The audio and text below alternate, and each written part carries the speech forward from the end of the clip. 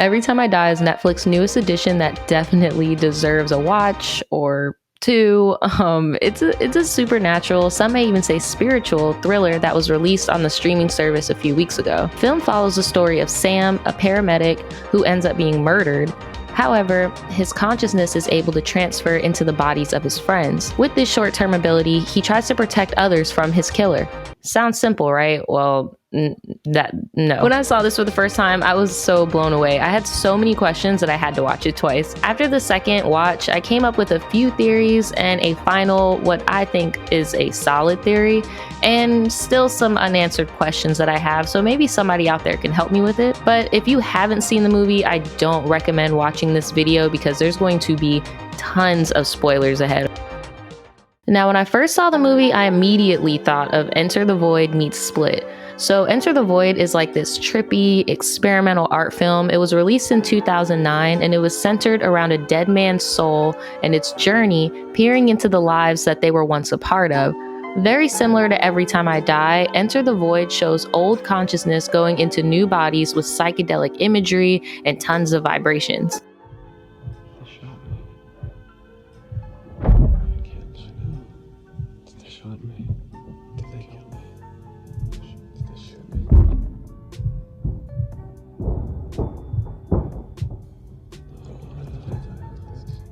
Now, Split came out fairly recently and is a little bit more well-known. The movie is about a man with dissociative identity disorder. So I'm just going to be calling it DID for the video, but DID is formally referred to as multiple personality disorder, and it's characterized by a person's identity being fragmented into two or more distinct personality states, sometimes referred to as alters. So in the movie Split, his alters would do things that he couldn't recollect, and he'd often end up in random places, not remembering how he got there. This was very similar to Sam's experiences in the movie. His coworker Jay was very vocal about his own mental health in the film and was proud to tell others that he had control of his DID by using medication.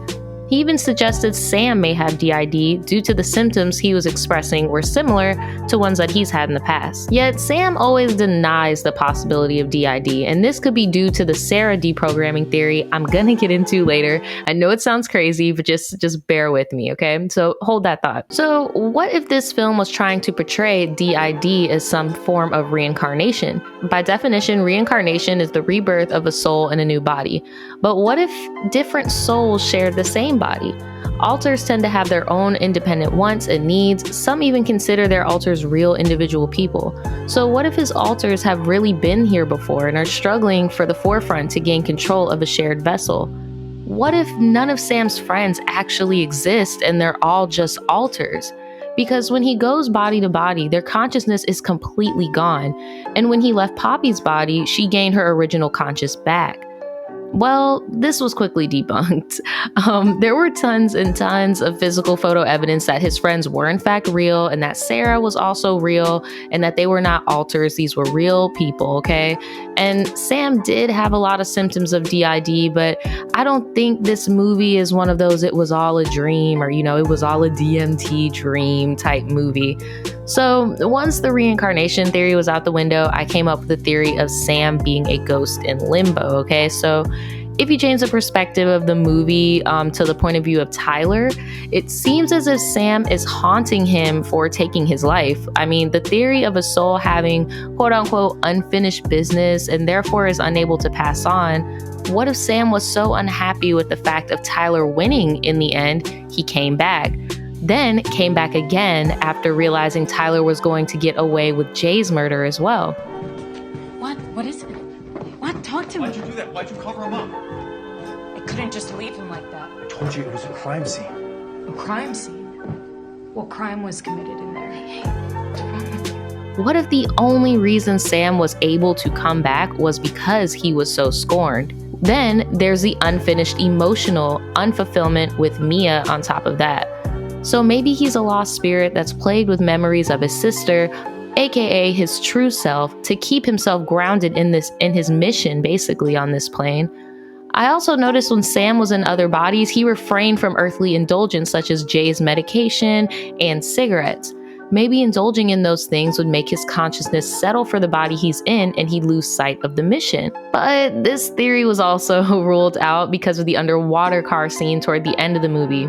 If the ghost of Sam's main goal was to end the evil of Tyler, and if his soul was only kept here because of that yearning, he should have been able to pass on to the light in that scene. Then he came back as Tyler to save Poppy, Mia's sister.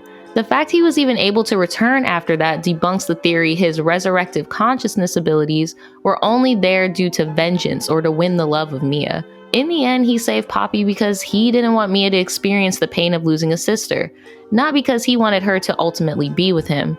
Sam did have unfinished business that was keeping him on our plane, but it had nothing to do with Tyler or Mia. It was Sara, which leads me to the Sara deprogramming theory I was talking about earlier. Now, my quote-unquote Sara deprogramming theory is most likely the most popular theory or analysis or whatever about this movie because it just makes the most sense. So I just gave it a cool name. But anyway, so this is based on the theory that Sam is Sara and that Sara is the original soul perspective of the film. I'll be referring to them as both Sam and Sara, and I'll mix up the pronouns a bit and use they and them, but hopefully you guys can keep up with who is who and what I'm talking about. But the opening scene of the movie is shown multiple times throughout and from different angles and perspectives. The final perspective is of young Sara in her hospital bed with her mother.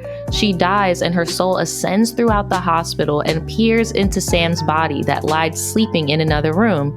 It then shows Sara, now in Sam's body, peering at themselves in the reflection in the table.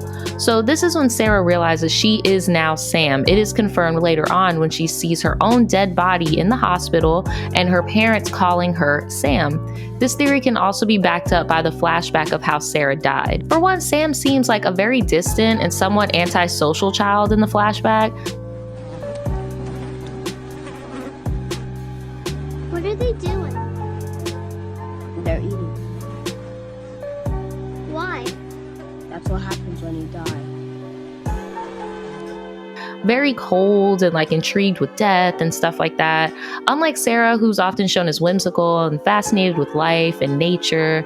And her fatal fall in the flashback was in the perspective of Sara, not Sam. Adult Sam even admitted before they were having all of these episodes that when they were alive, that the pictures in the box were all they had because they couldn't even remember the traumatic event from their perspective.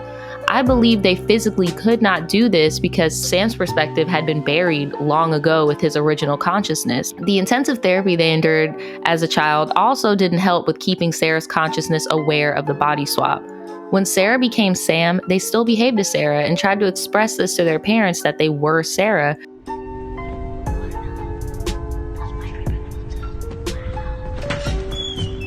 For God's sake! More Sam! You're breaking our hearts. You're breaking our hearts. Please. She's gone. But this just drove their parents even harder to erase the memory of Sara with this therapy, and also why Jay's theories of DID were constantly denied by Sam when they were alive. I'm sure the therapist considered DID and then later dismissed it due to the intense identity-based therapy Sam succeeded. Once again, who are you? I'm Sam. That's wonderful, Sam. I believed you. This is your first big step toward getting better. Deep down, Sam always knew that they were Sara until a certain point. Due to the therapy, Sara and Sam knew that they would have to accept the life of Sam to move forward in this plane. That's why she made the memory box inscripting "Remember Sara" on the pictures. She wanted her brother to proceed in life, but also knew her true self would have to be buried in the process, which is not, something that's easy to come to. That your essence and yourself has to die in order for this vessel to move on.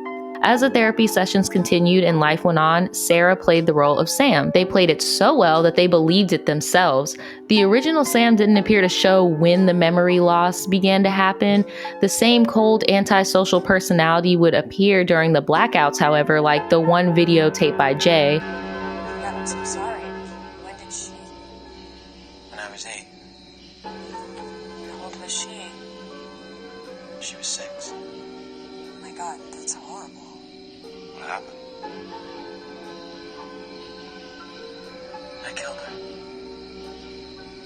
This person on this tape. I don't know who that is. Sara and Sam's body expressed multiple times that these actions weren't them because they weren't. It was their consciousness separating into the original two. Remember how Sam used to act as a kid? That dark, cold behavior? Yeah. I genuinely think at the end of the movie, when the souls were allowed to come back in the form of Tyler, that Sam and Sara both shared a common goal of bringing Mia's sister back. Both Sara and Sam know the pain of losing a sibling in their own way and wanted to do what they could in that moment to prevent anyone else from feeling that pain. That wasn't a dominant consciousness taking over to do a deed like how it's been going their whole lives, but actually two souls sharing a common goal. This was also when they kind of in a sense came to peace. Now, even though I think this movie was very well done, I couldn't help but still having questions. I mean, for one, they never really explained the cause of Sam's headaches, like what triggered them. Did he always have them and just never noticed and was always losing chunks of time? Or like, I don't know, like he didn't have those headaches when he was transferring via consciousness from body to body. So like, what was that about? And another question, why didn't Jay take Sam to the hospital? Like, Jay seemed to really believe that Sam had DID, and like I said earlier, was a huge advocate for mental health and stuff. So after finding Sam in the woods with no memories, why say he has to go home in the morning instead of just taking him to the hospital then and there? That honestly would have prevented all of the deaths in the film. But hey, maybe that's just me being nitpicky. I mean, if Jay would have taken to the hospital, there would be no Every Time I Die, right? But what did you guys think of Every Time I Die? Let me know in the comments below. Do you agree with any of these theories? If not, I would love to hear yours. I mean, a movie like this is bound to have endless. I will see you guys next time.